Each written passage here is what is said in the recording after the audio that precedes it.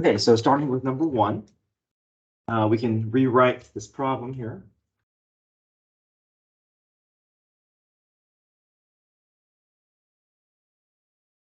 Get that b value factored out.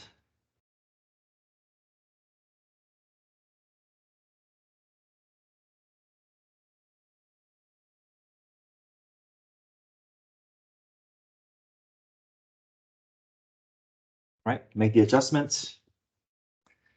Because the 2 is factored out, we need a 2 that's counterbalancing that 2 in the denominator.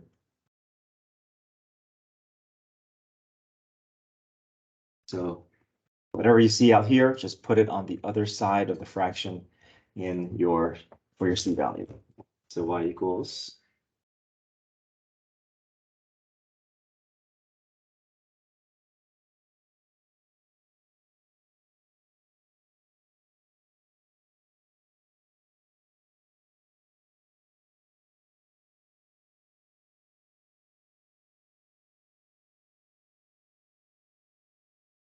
all right, so now everything is where it should be. We have our the a value, b value, c value, d value.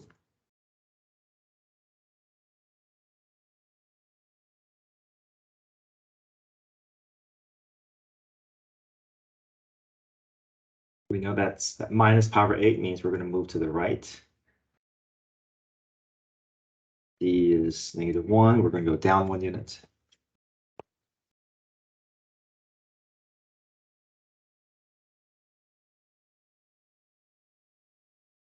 Okay, so now gathering information so that we can graph.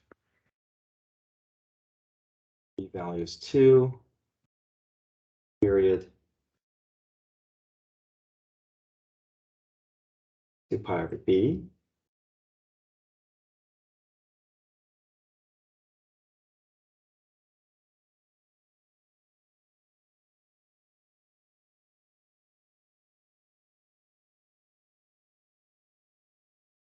Interval is p over 4.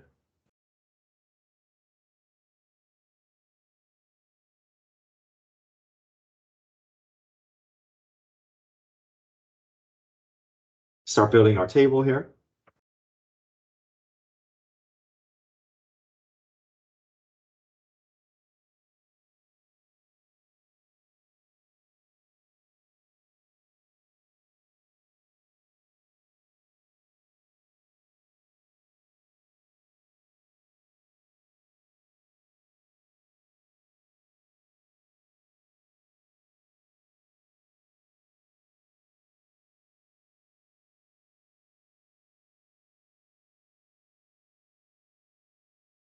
All right, so the special thing about tangent is we want our 0 to start in the middle to ensure that we're going to be able to sketch our graph with asymptotes that are clean on both sides so that our graph isn't cut off midway through the with the asymptote. So it doesn't mean that 0 is going to be here at the end of the problem, but this is how we're going to begin our parent behavior. Okay, so from here, we're going to take our interval, add power 4 to the right and subtract power 4 to the left. So plus power 4 is power 4, plus power 4 is pi over 2, or 2 pi over 4. Subtract pi over 4.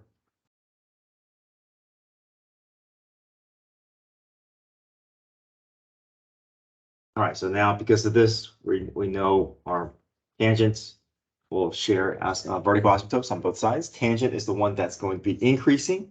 So our graph is going to go from -1, 0 to 1. Okay, multiply your tangent y value with -2 and subtract 1 as well.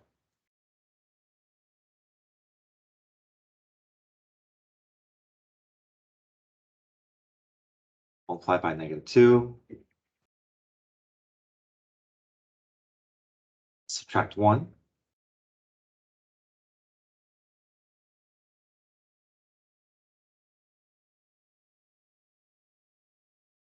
We also have to deal with our phase shift. So we have to move power over 8 to the right. So we're going to add power over 8 to each one of my theta values.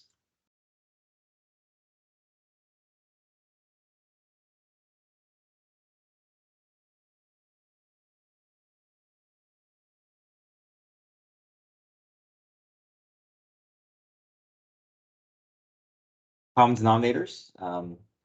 -4/8 plus 1/8 is -3. Sorry, this is a.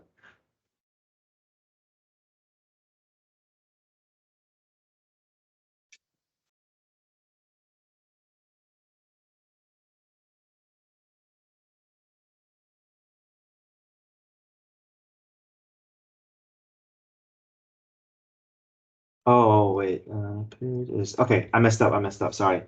So this should have been what? This should have been pi over b, right? I bet. Period should be pi over b. It's gonna throw everything off.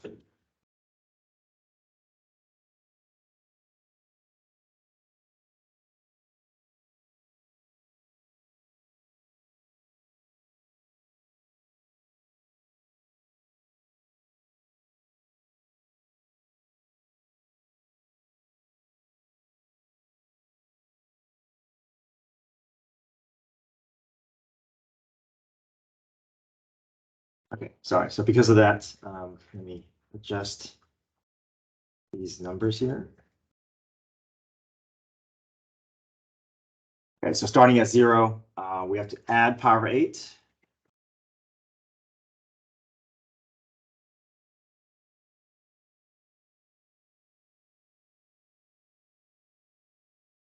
And then subtract pi over 8 from both sides. So this makes it a little bit easier in the sense that we can already have all these share common denominators with my phase shift. So -2 plus 1 is -1.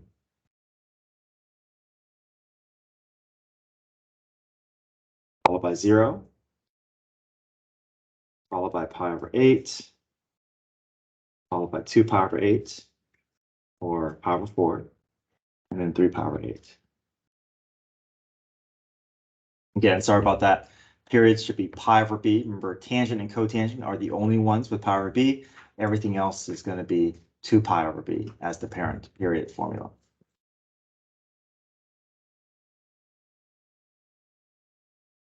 Okay, so we just care about the first row and the last row. Those will be what we're going to be trying to put on our graph.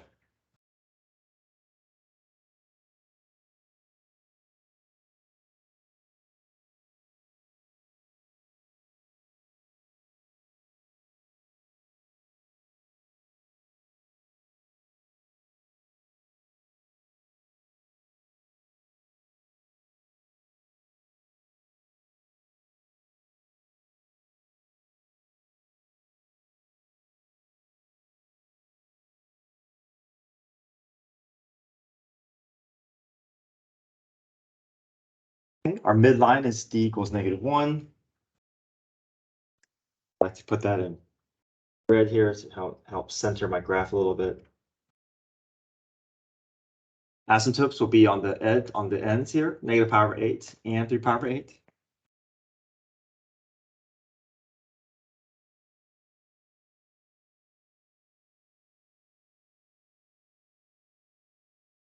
So at 0, we want the graph to go up to 1.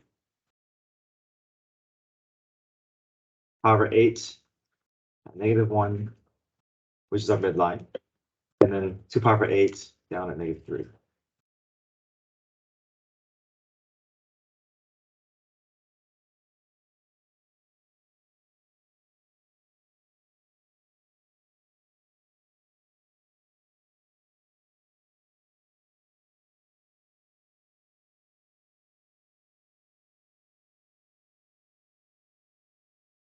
Okay, so the things you have to fill out here, vertical stretch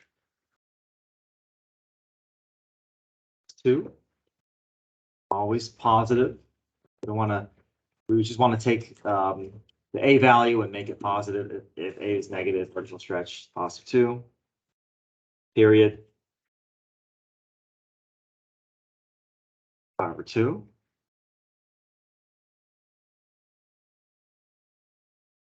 Phase shift pi over 8 to the right.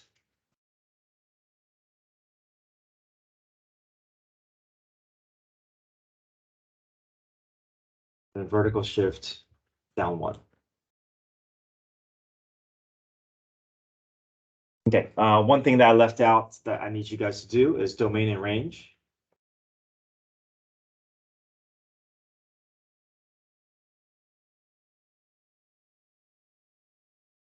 So domain is going to be all real numbers except,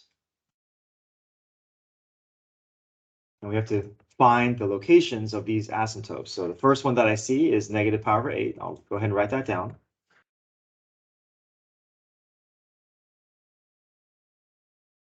Plus, now I want to figure out what is the distance between my asymptotes. The way you find the distance between the asymptotes is you simply subtract them. 3 pi over 8 minus a negative pi over 8. That distance between the two asymptotes is just 4 pi over 8 or pi over 2. So that means every time I move pi over 2 units, I'm going to keep hitting the next asymptote. So I'm going to say plus pi over 2 n. So there's my engine.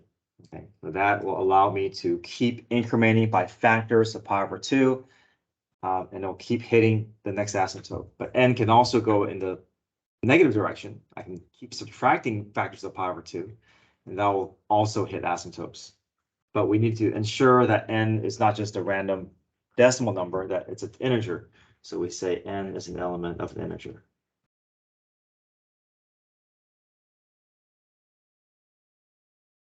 Okay. Your domain is always going to look like this for anything that has asymptotes. So your tangent, your cotangent, your secant, your cosecant.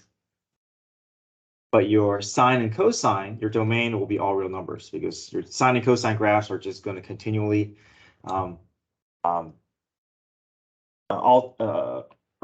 oscillates up and down without ever hitting an asymptote. Okay, the range is lowest to highest y value. We see the lowest y value is negative infinity. The highest y value is positive infinity. Now, I saw some students do this on the quiz where they're going from left to right. And so they say positive infinity, comma, negative infinity. Whenever you write your interval notation, you're always going to go from the smallest to largest value. You're not reading from left to right. You're reading from bottom to top. Okay, any questions with one? Okay. All right, let's look at number 2.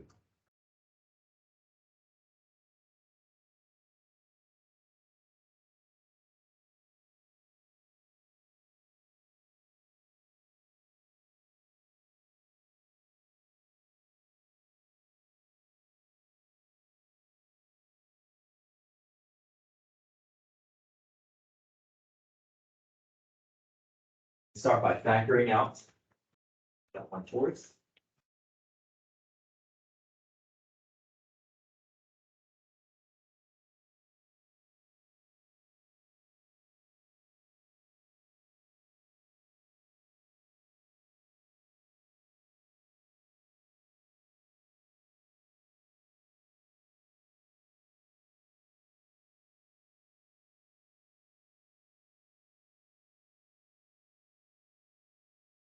So a 1/4 comes out. We know we got to make an adjustment. I'm just going to write everything out as I see it, but I know that I got to counterbalance that 4. Got a 4 in the denominator, so I need a 4 in the numerator. I'll use a different color here so you can see how I'm making the changes to the original problem.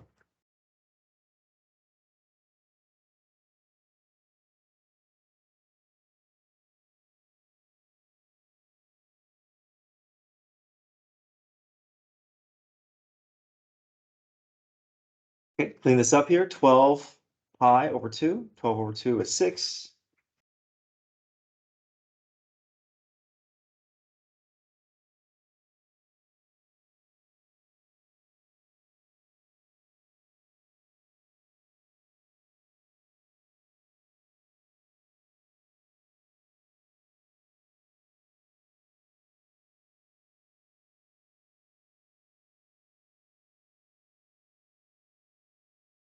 Oh, sorry, down, up 1, plus 1.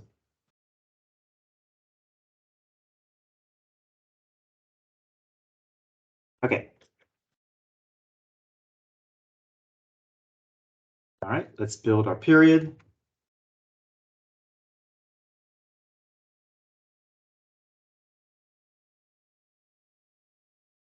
2 pi over b. Now we're back to 2 pi over b. Everything, your 4 out of the 6 trig functions is 2 pi over b. Just cotangent and tangent is pi over b.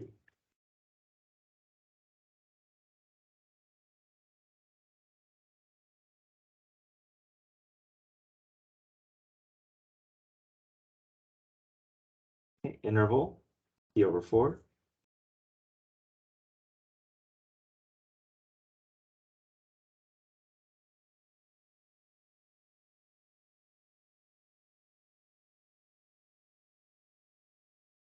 Okay, theta.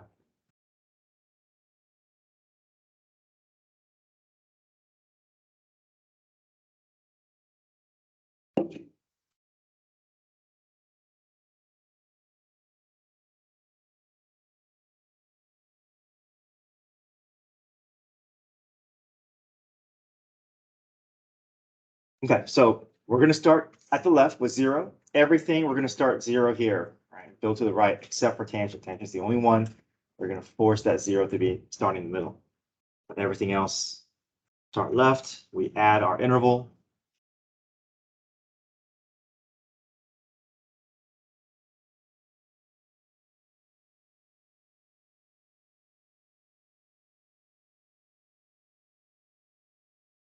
Secant. If you want to think of this as cosine, you can. So build everything with cosine in mind. So cosine starts at the top, down to -1, and back up to the top. Okay. Multiply by -2. Add 1.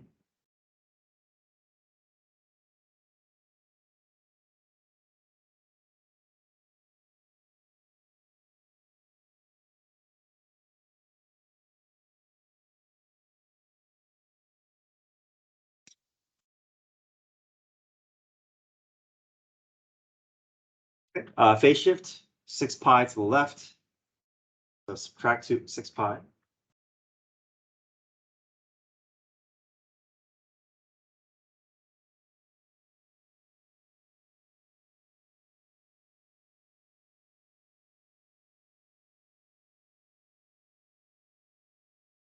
Find your new x values.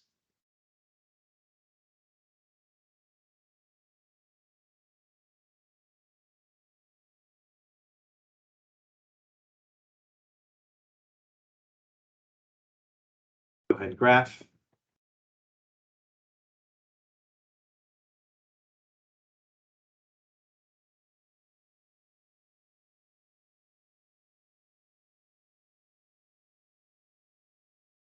You're going to sketch your cosine graph first and your d value.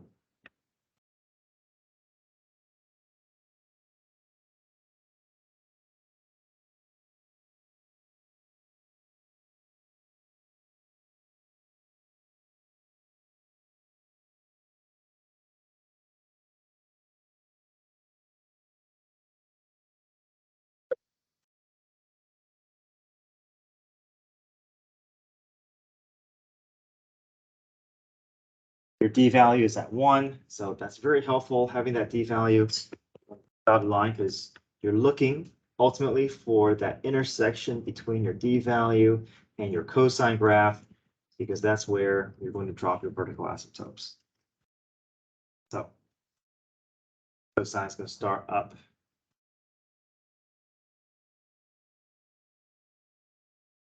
Well, it's negative, yeah, so we start down at -1 because it's being reflected. Goes up to the midline, up to 3, peak, midline, -1. Okay, this is not the graph that we want, but it is a very helpful tool, so make sure you put this in dotted lines here because this is ultimately in the background. So there's my reflected cosine graph. We see the intersection between the 2 dotted lines, so that's where we're going to drop our vertical asymptotes.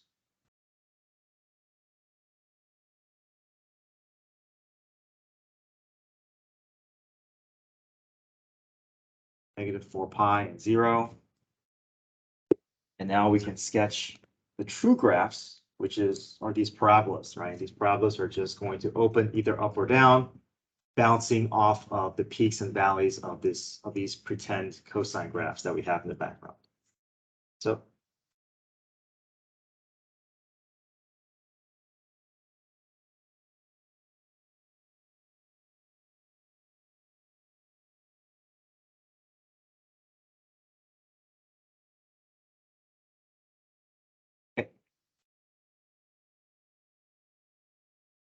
okay, vertical shift 2.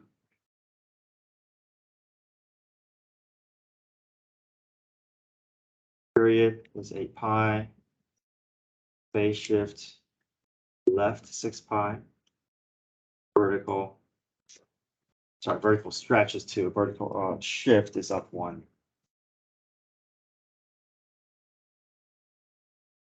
Domain. So your domain is going to be all real numbers again, except where these asymptotes occur. So we say all real numbers except.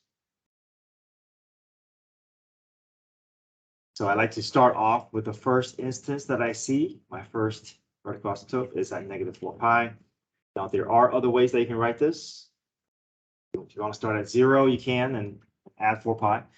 But I just like to start left and then move to the right. So plus, so now I got to find the distance between your two asymptotes here is right minus left, so 0 minus negative 4 pi. So that's just 4 pi. So I'll say plus 4 pi n. So that's my engine. That's what's going to keep finding the next next asymptote for me. Either I add 4 pi or I subtract 4 pi, and n can be a positive or negative integer as long as we define it that way.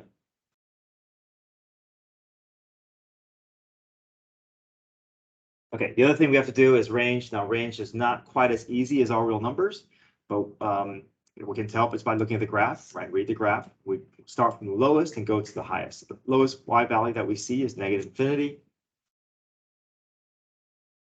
We follow this branch. It's going to go all the way up to a negative 1. It actually touches that point, so you're going to put a bracket, a negative 1. And then we have these dotted cosine graphs that we're going to skip over because that's not part of our graph, but we're going to pick up again at 3. That's the next lowest y value, and that 3 is going to extend up to positive infinity.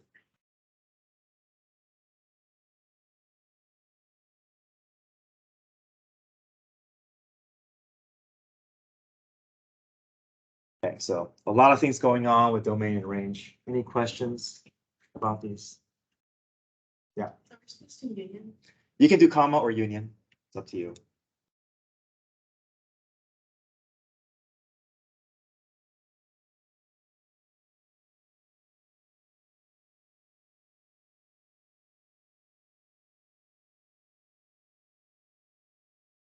Okay, let me skip number 3. Not have to worry too much about that. Let's look at number 4.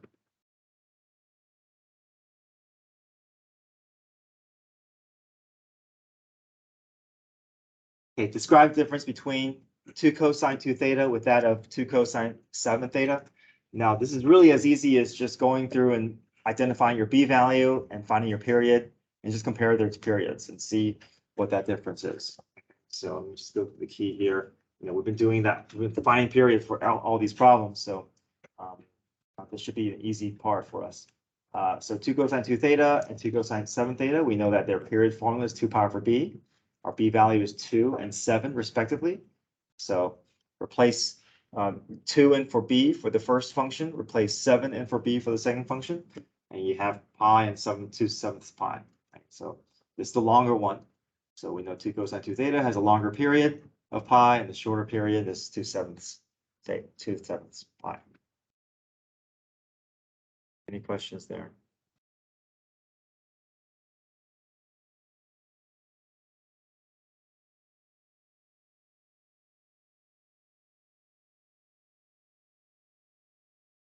Everybody okay?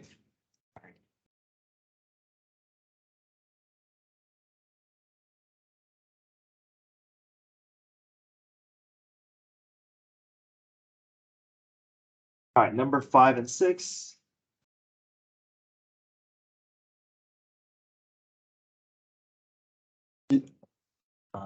Yeah, I think simplify it. Okay, write two functions below, one for sine and one for cosine. So let's start with the easier one. And we see that this is starting at the peak of the graph. So it looks like cosine will be the easier one that we want to target. Oh, sorry. Thanks.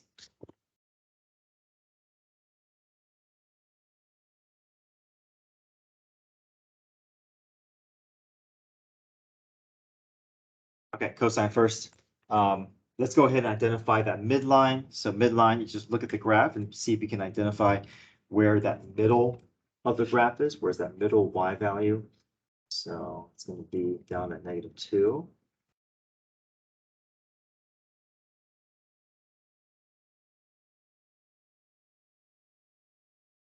And just to confirm, thanks. You should be able to count to the peak and to the valley, and you should get the same distance. That should just give you assurance that you are really staring at the center of the graph with that d equals -2. If I count up to my peak, 1, 2, 3, 4.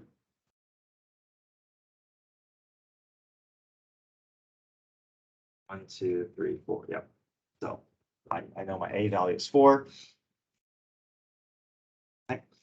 So we have our a value, we have our d value. We know there's no c value, right? We purposely are picking a function that has no phase shift to make it easier on us. But we start at the peak and we end at the peak. We know that cosine will look like a cup. And so we know that we can fulfill that full period, that full cycle in just pi over 2. So we know our period is pi over 2. And we got to work backwards to figure out our b value, right?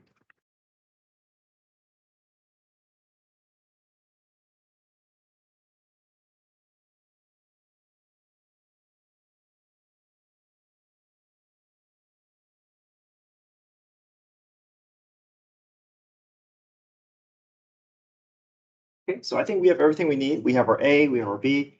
We know c is 0 and d is -2. So here's our cosine. Sorry, 4.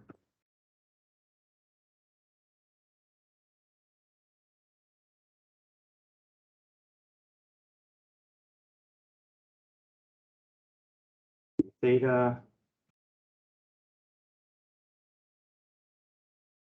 Our c is 0, so then I'm not even doing a bracket parentheses because I know that we can just leave that c value out.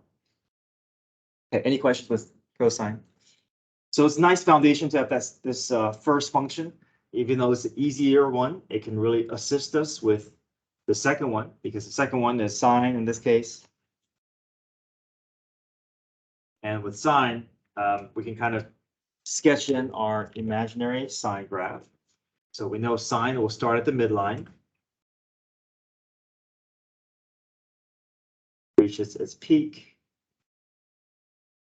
down to the midline, down to the minimum, and then back up to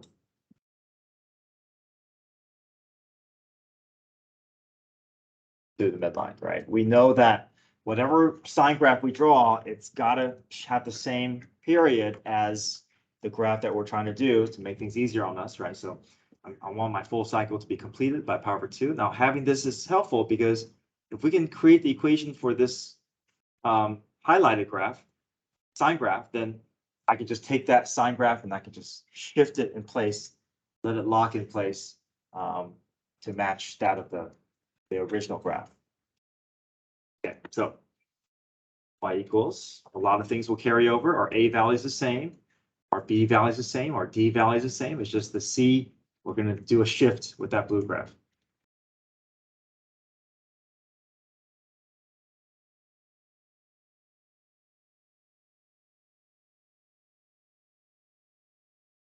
So we know that all the shift we have to make is always going to be always over by one interval, right? We're only off by one interval.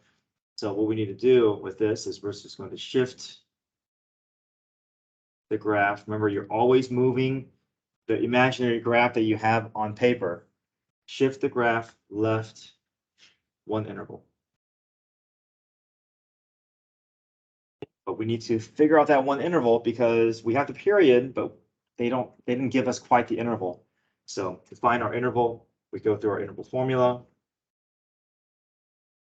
We know our period is pi over 2.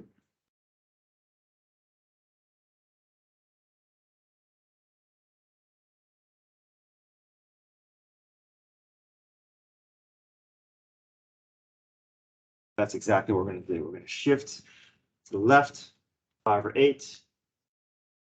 So what would that look like in the equation? Left is what? Plus, right?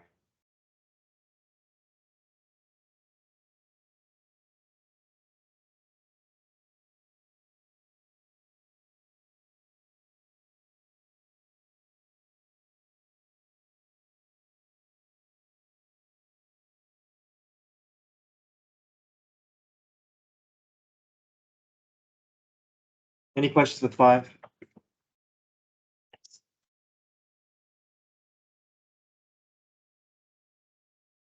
Yeah, sorry that all these examples are all starting with cosine, but hopefully we can sketch one. We can always just know that, okay, all I'm doing is I'm just moving my imaginary graph either left or right, one interval. If you can keep that in mind, that will help you create your second equation. Okay, number 6. Write 2 functions below.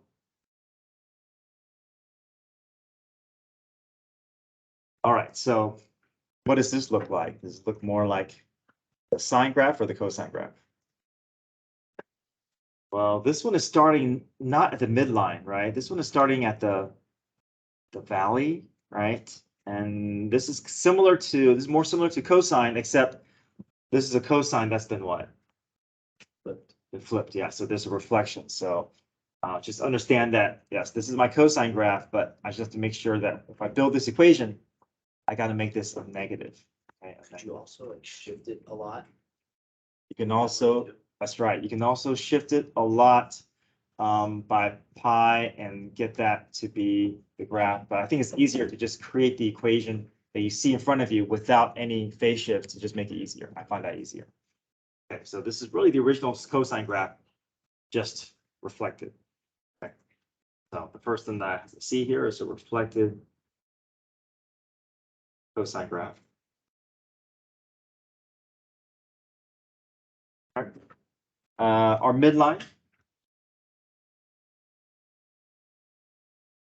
should be easy there. That's just going to be 0.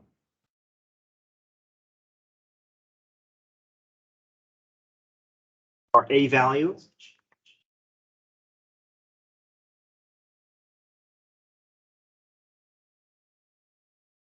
However, there's that reflection going on, so I'm going to make it a -5.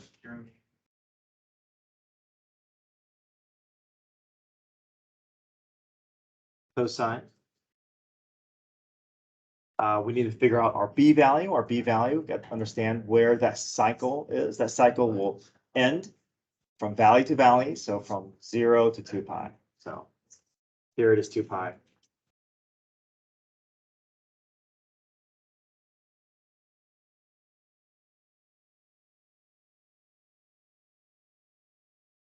Replace 2 pi in for P.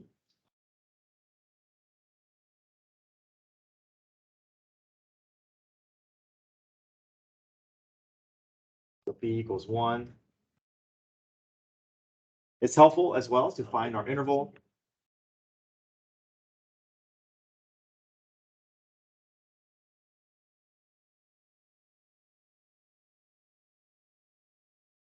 Really, this is just the parent graph that's been reflected. So and B is 1, so 1 theta. D is 0, D is 0. So that's all it is. It's just a reflected cosine graph, -5 cosine theta.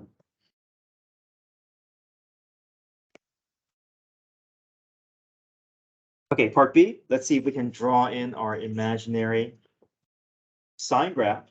Sine graph will start at midline, rises up to the peak, back to the midline, minimum, midline.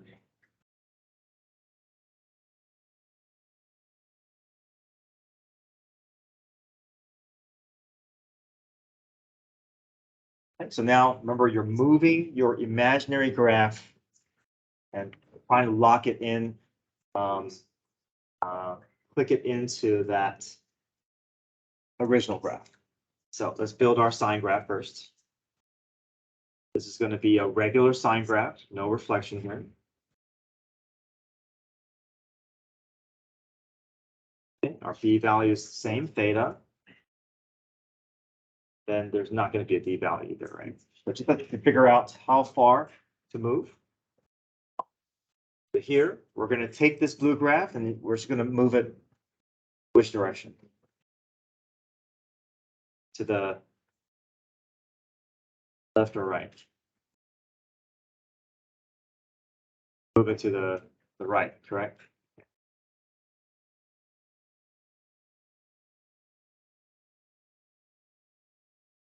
Okay, move to the right, one interval. We know one interval is pi over 2, so we're just going to say minus pi over 2. That's going to go here.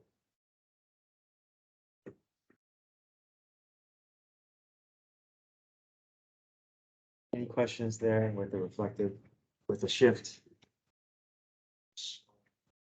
Right.